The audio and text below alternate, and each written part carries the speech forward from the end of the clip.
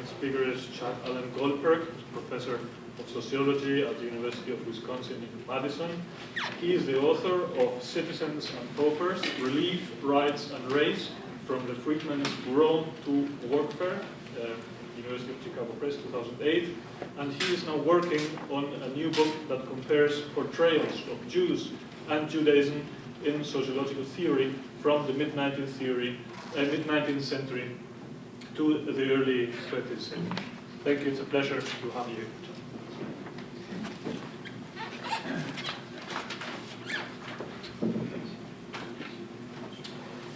It's a pleasure to be here, notwithstanding the weather that everybody has alluded to.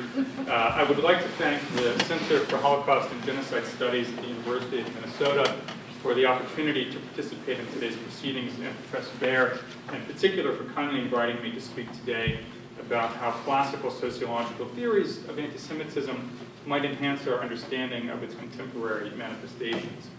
I want to do that with two caveats. First of all, I think it's important to point out right away that I have not conducted any sociological studies of contemporary anti-Semitism. My knowledge of it is limited to what I've learned from secondary sources. For this reason, and because past analyses of anti-Semitism obviously cannot be applied to current circumstances without taking into consideration the dramatic changes that have taken place in the last 75 years, most fundamentally the genocide of the Jews in Europe and the birth of the State of Israel, my suggestions for how to draw upon classical sociological theories of anti-Semitism will necessarily be tentative and provisional. Second, given today's time limits, it's not possible to discuss sociological theories of anti-Semitism in a comprehensive fashion, and instead I will confine my remarks to an analysis of anti-Semitism which the French sociologist Emile Durkheim proposed more than a century ago. I think this focus is warranted by the renewed attention since the late 1980s to Durkheim's cultural sociology, particularly in the work of Jeffrey Alexander and his students.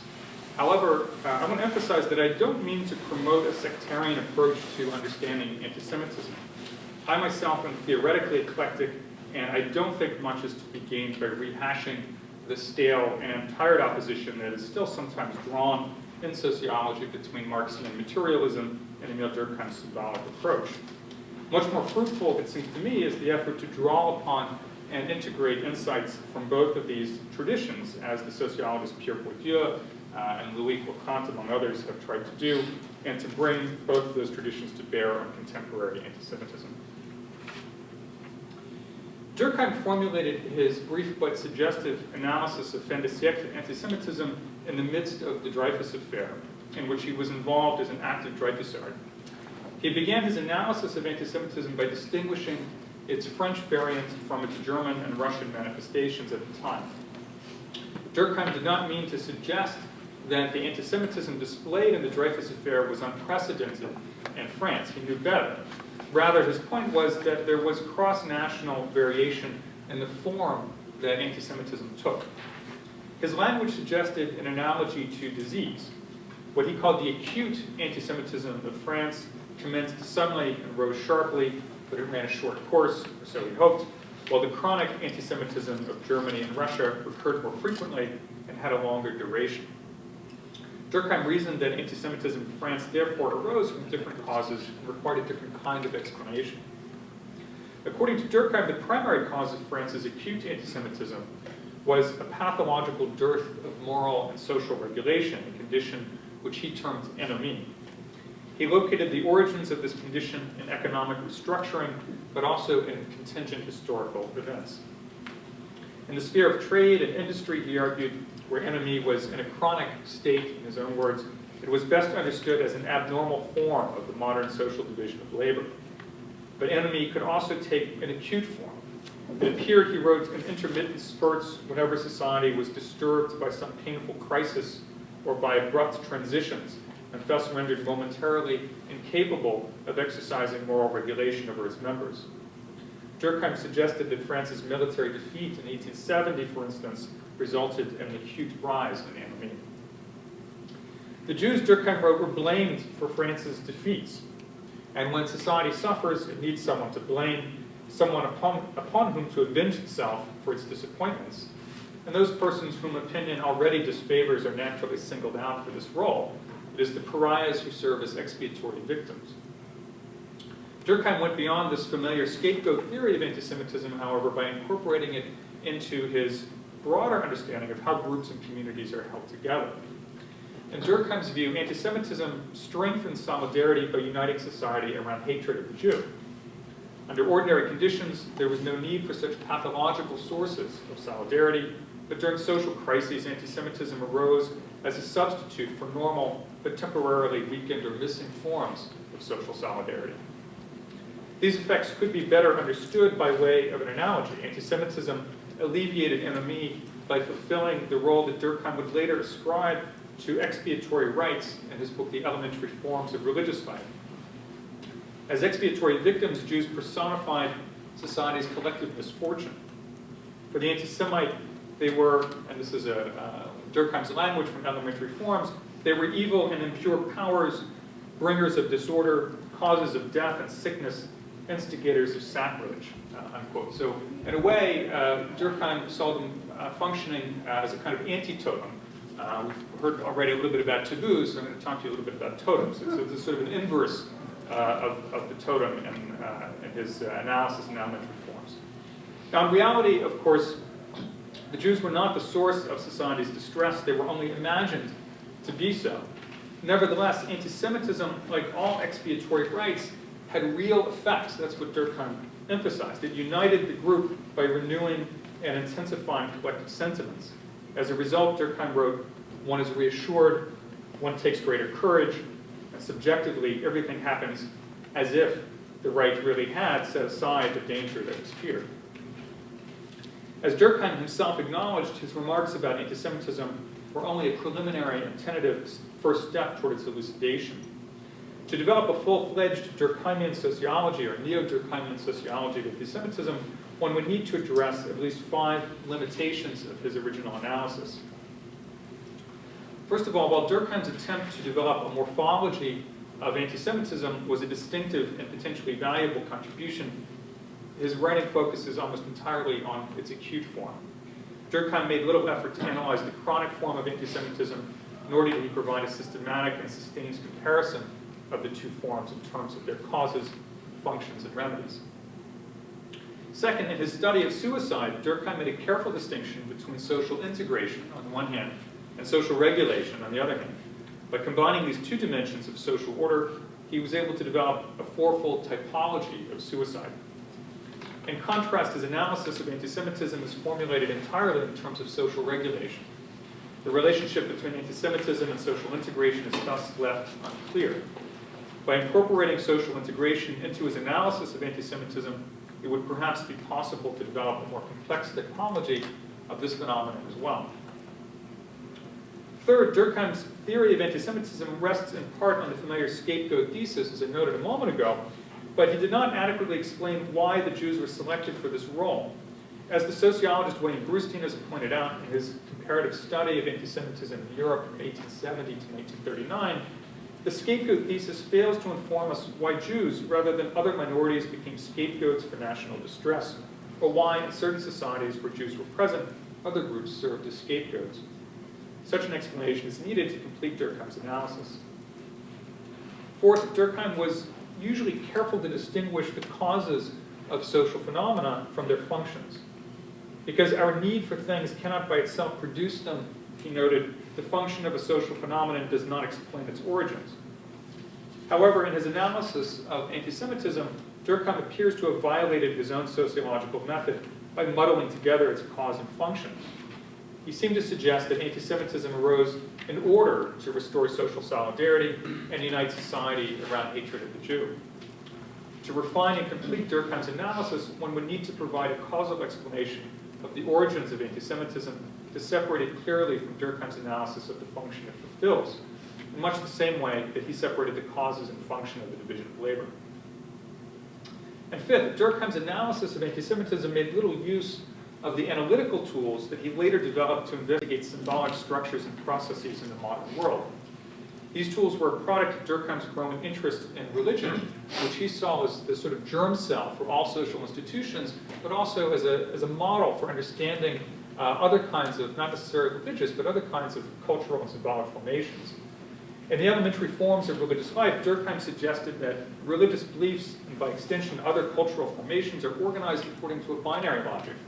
They divide reality into the antithetical categories of the sacred and the profane, and they subdivide the sacred itself into the pure and the impure. As my colleague at the University of Wisconsin and fellow sociologist Mustafa Emmerbeyer has pointed out, this late Durkheimian approach offers a powerful means to investigate the internal structure of symbolic formations and the cultural logics that constrain and enable action. Unfortunately, however, Durkheim failed to explore the internal symbolic structure of anti-Semitism as a cultural formation. This kind of cultural analysis would be essential to complete and extend his theory of anti-Semitism. Today, anti-Semitism is found on both sides of the political spectrum, in far-right groups in the Western world, and within left-wing circles, including the anti-globalization movement, and it is also widespread in the Muslim world. And I want to emphasize it doesn't mean that the Muslim world as a whole is anti-Semitic, but we do find it within the Muslim world, as Philip noted. In the contemporary context, anti-Semitism is intimately related to anti-Zionism. While the two are by no means synonymous, rejection of Zionism is not intrinsically anti-Semitic in my view. There is currently considerable overlap between them, and anti-Zionism can and does provide a cover and a vehicle for the reemergence of anti-Semitic sentiments, imagery, and motifs. Despite growing public attention to this resurgence of anti-Semitism, it remains under-theorized by contemporary sociology. One reason for this is undoubtedly the tendency to dismiss concerns about anti-Semitism as an attempt to silence or stifle criticism of Israel. No country should be immune from criticism, but neither should Israel's faults blind sociologists to the existence of a pervasive and dangerous anti-Semitism in our time. The historian and sociologist Moshe Postone has provided one of the few serious attempts within contemporary social theory to explain the current resurgence of anti-Semitism, and his analysis therefore serves as a useful starting point for reconsidering Durkheim's contributions. Postone rightly argues that anti-Semitism cannot be understood simply as political blowback to Israeli policies. While American and Israeli policies have doubtlessly contributed to the rise of this new wave of anti-Semitism, he writes, the United States and Israel occupy subject positions in the anti-Semitic ideology that go far beyond their actual empirical roles. Focusing on anti-Semitism in the Arab world, Postone traces it to the worldwide collapse of Fordism, the inability of that region's authoritarian regimes to adjust, and the regional déclassement that has resulted. Anti-Semitism serves in this context as a fetishized anti-capitalist ideology which claims to make sense of a world perceived as threatening. It understands the abstract domination of capital, which subjects people to the compulsion of mysterious forces they cannot perceive, as the domination of international Jewry. This ideology may be sparked and exacerbated by Israeli and Israeli policies, he acknowledges, but its resonance is rooted in the relative decline of the Arab world against the backdrop of the massive structural transformations associated with the transition from Fordism to neoliberal global capitalism. While in Postone's view, anti-Semitism is a form of resistance to these transformations, it is a profoundly reactionary rather than progressive form. It is once again the socialism and the anti-imperialism of fools. What might a neo-Durkheimian response to this thesis look like? Recall that Durkheim saw anti-Semitism not as a reaction to capitalism per se, but as a reaction to the enemy that was associated with the transition to modern capitalism. Recall, too, that in Durkheim's view, enemy could also have non-economic sources. A neo-Durkheimian theory might understand contemporary hatred of Jews and the Jewish state as a residue of chronic anti-Semitism in some parts of the world where it never really subsided, and as an acute phenomenon in other parts of the world where it is linked to particular social crises. Such crises would certainly comprise the neoliberal economic restructuring that Postone emphasizes, which has produced on a global scale the kind of enemy that Durkheim described in the division of labor. But they would not be limited to it. Contemporary crises would also include the series of dramatic terror attacks by Islamist radicals within the last 20 years in Israel during the Second Intifada, The United States in 1993, the first bombing of the World Trade Center, and again in 2001. Bali, Indonesia in 2002, Spain in 2004, Britain in 2005, Mumbai, India in 2008. And would also include the aggressive military and police responses to them, all of which contribute to the perception of a violent and intensifying clash of civilizations, to use Samuel Huntington's phrase, that threatens to spill outside of and perhaps even overwhelm regulatory frameworks at both the domestic and international levels. The interpretation of recent geopolitical conflicts as a clash of civilizations is, in my view, dubious, but the point is that such conflicts indicate a weakening of social regulation.